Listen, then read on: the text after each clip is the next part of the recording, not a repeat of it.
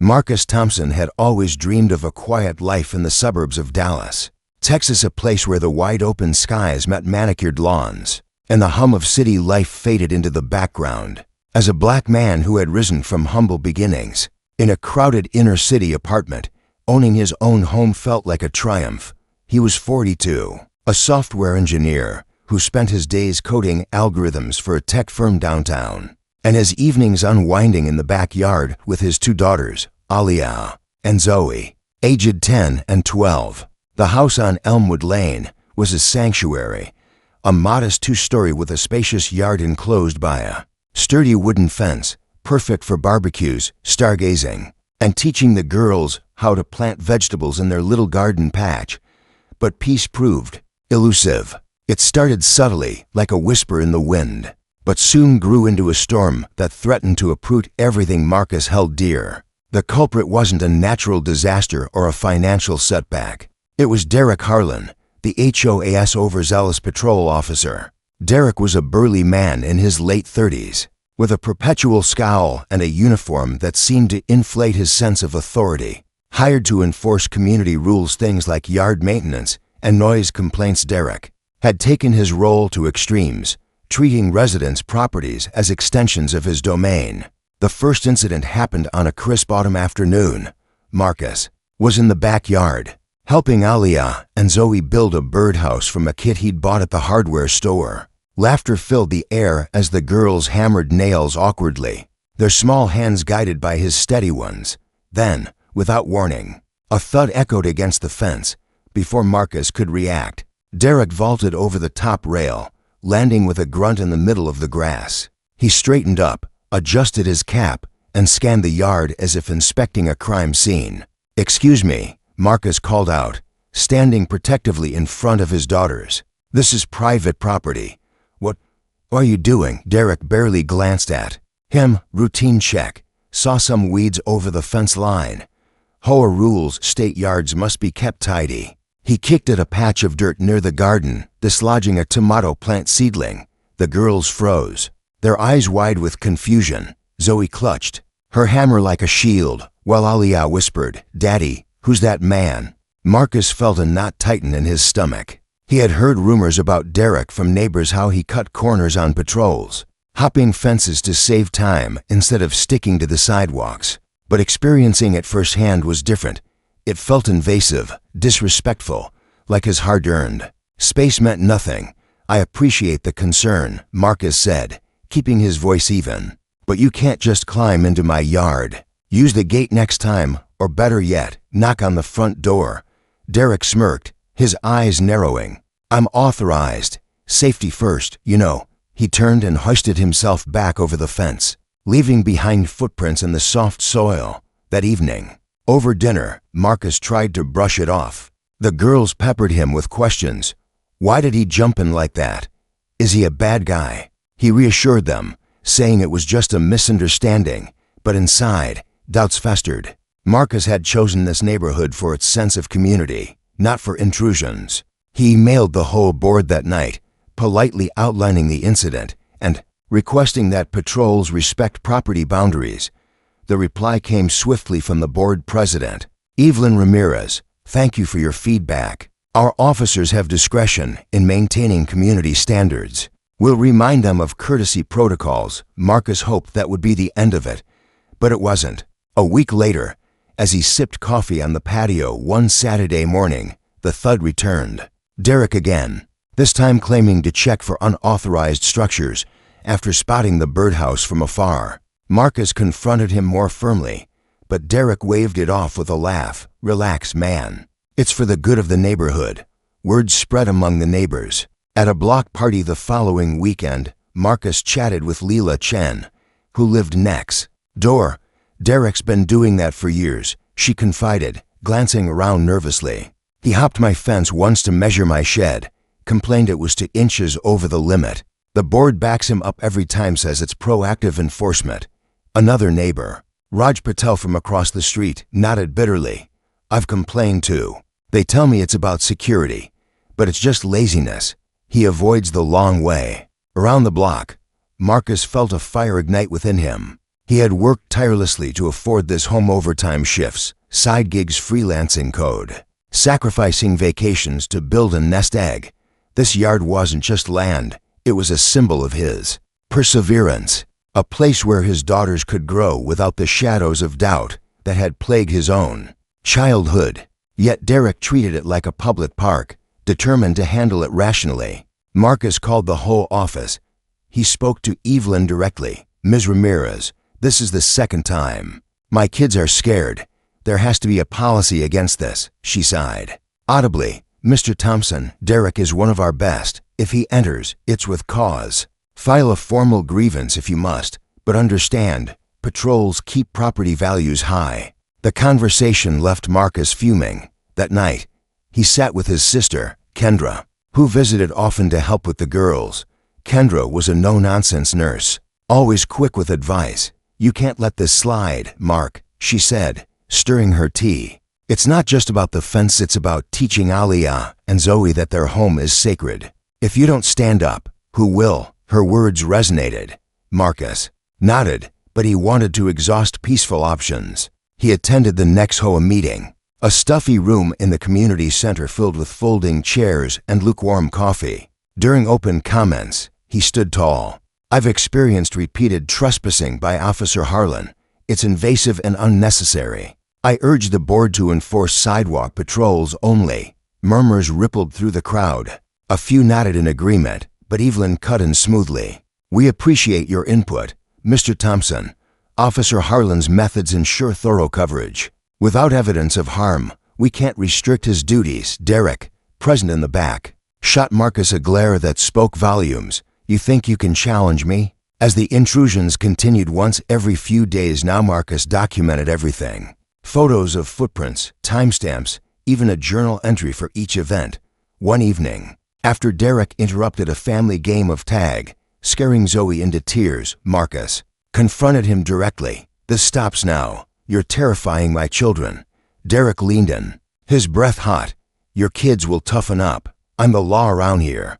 He climbed back over, leaving Marcus seething. The breaking point came during a scorching summer day. Marcus was hosting a small gathering for the girls' birthdays, balloons tied to the fence, a slip and slide spraying water across the grass. Laughter echoed until the inevitable thud. Derek landed amid the chaos, barking about noise violations. Despite the party being well within limits, the guests fell silent. Kendra pulled the girls inside, her face etched with rage. Marcus, heart pounding, blocked Derek's path. "Get out, now." Derek chuckled darkly. "Or what? You'll call the board. They own you." That night, alone on the porch as stars dotted the Texas sky, Marcus realized words weren't enough. The system protected Derek, dismissing Marcus's voice like an echo in the wind. But inspiration struck from an old memory, his grandfather's tales of protecting family farms with simple, clever defenses. If authority wouldn't listen, Marcus would act. He'd turn vulnerability into strength, not with violence, but with ingenuity. The fence would no longer be a weakness, it would be his shield. As he planned, a sense of empowerment grew. This wasn't just about one man, it was about reclaiming dignity, showing his daughters that perseverance could shift the tides. Little did he know, this decision would ripple through the neighborhood, inspiring others to find their voices too. With resolve hardening like Texas clay under the sun, Marcus Thompson dove deeper into his quest for justice. The intrusions had evolved from annoyances to outright provocations, each one chipping away at his sense of security. Derek Harlan's arrogance knew no bounds. He now timed his fence hops for maximum disruption during family meals, playtime, even late evenings when the girls were winding down. Marcus's journal filled with entries. July 15th, Derek entered at 7:45 p.m. Claimed to check for stray animals. Ignored my request to leave. The evidence mounted, but so did the frustration. Seeking allies, Marcus reached out more deliberately to his neighbors. Leela Chen, the graphic designer next door, became his first confidant. Over coffee one morning, she shared her own stories.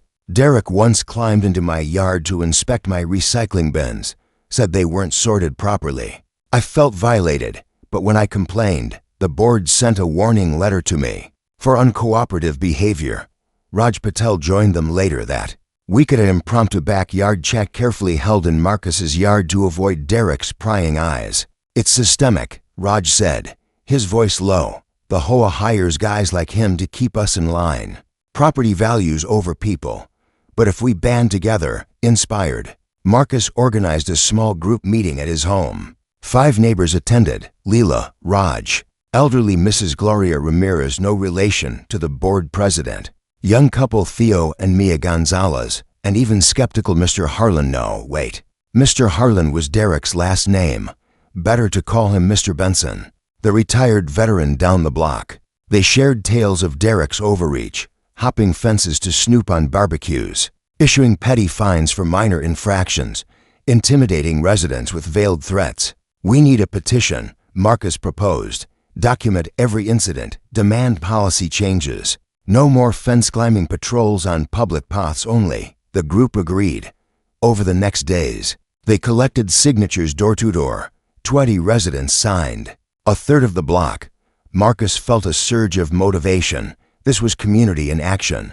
Ordinary people uniting against injustice.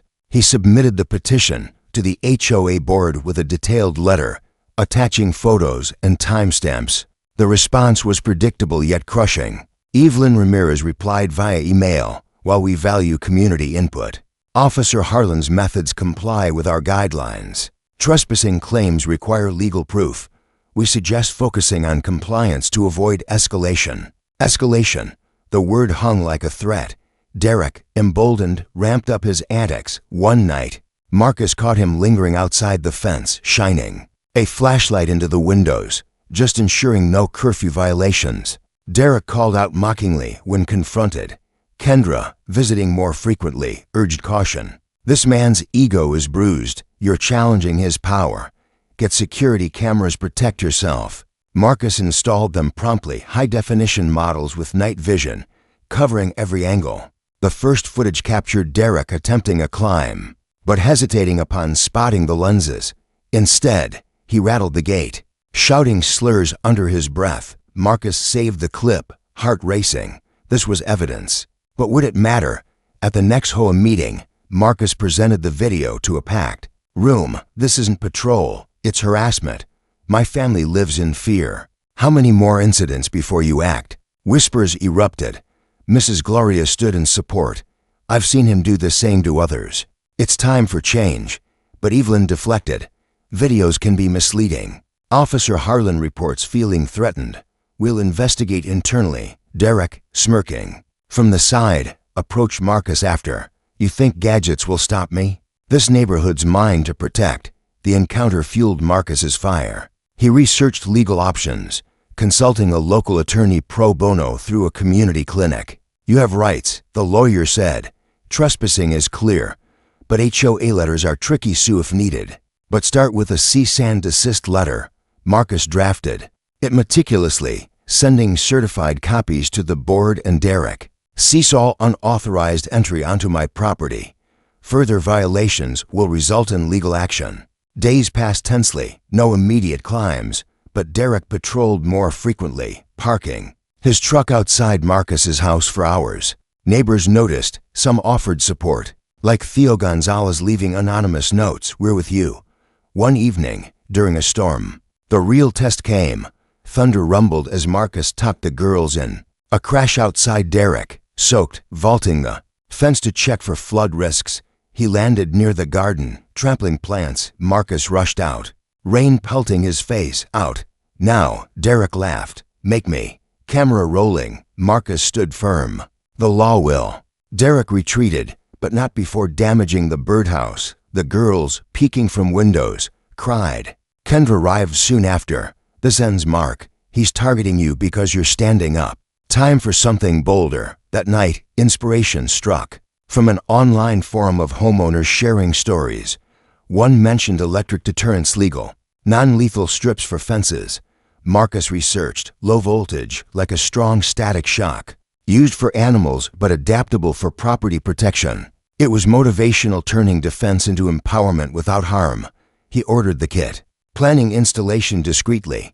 But first, he rallied the group. "If words fail, actions speak. I'll protect my home," Maybe it'll inspire change. The neighbors pledged support. As Marcus prepared, he taught the girls about resilience. Sometimes you build walls not to hide, but to stand tall. Preparation became Marcus Thompson's mantra. The cease and desist had bought temporary reprieve. Derek's climbs ceased, replaced by glaring patrols and anonymous complaints about Marcus's yard. Fines trickled in, overgrown shrubs, unapproved decorations, petty but piling up. Marcus paid them stoically, documenting each's retaliation.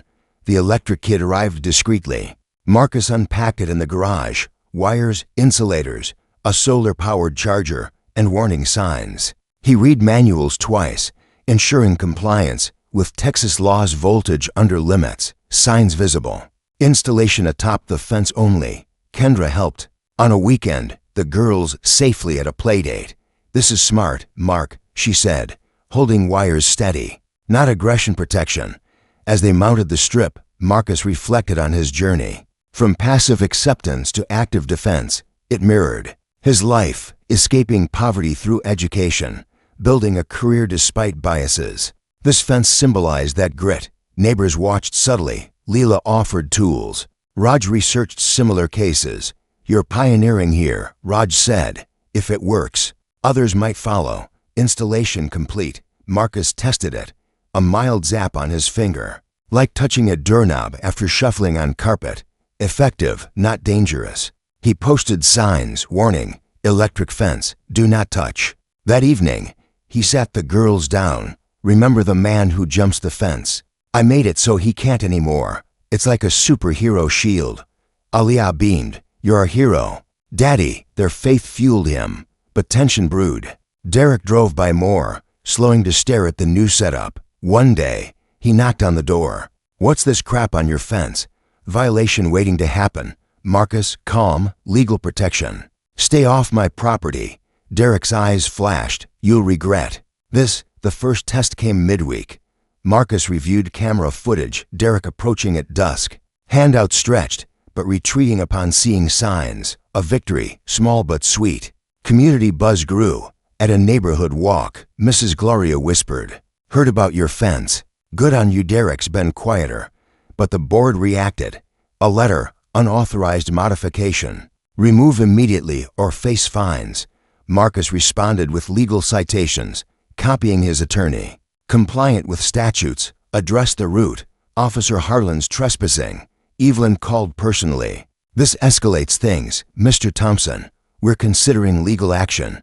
"So am I," he replied. The call ended frostily. Inspiration spread. Theo installed similar deterrents. Mia started an online group for HOA reform. Marcus's stand motivated quiet. Voices to speak. One night, Kendra stayed over. "Proud of you, bro. This isn't just your fight, it's ours." As Marcus watched from the porch, tea in hand, he felt transformed. The fence wasn't a weapon, it was a testament to self-respect. The confrontation unfolded on a sweltering Saturday, the air thick with anticipation. Marcus Thompson lounged on his porch, iced lemonade condensing in the heat, eyes on the fence. Derek's truck appeared, parking brazenly. He marched to the gate, ignoring signs, and gripped the top. The crackle echoed a sharp zap. Derek yelped, tumbling back. Clutching his hand, neighbors emerged, watching. Marcus rose calmly. "Warned you. Private property." Derek, red-faced, fumed. "Assault, you'll pay." But footage proved otherwise. The board investigated. Neighbors testified. Derek was fired. Policies reformed. Marcus's story inspired the community. Petitions succeeded. Unity prevailed. He taught his daughters, "Stand firm, and change follows." Years later, the fence stood as a symbol of resilience, motivating all who heard the tale.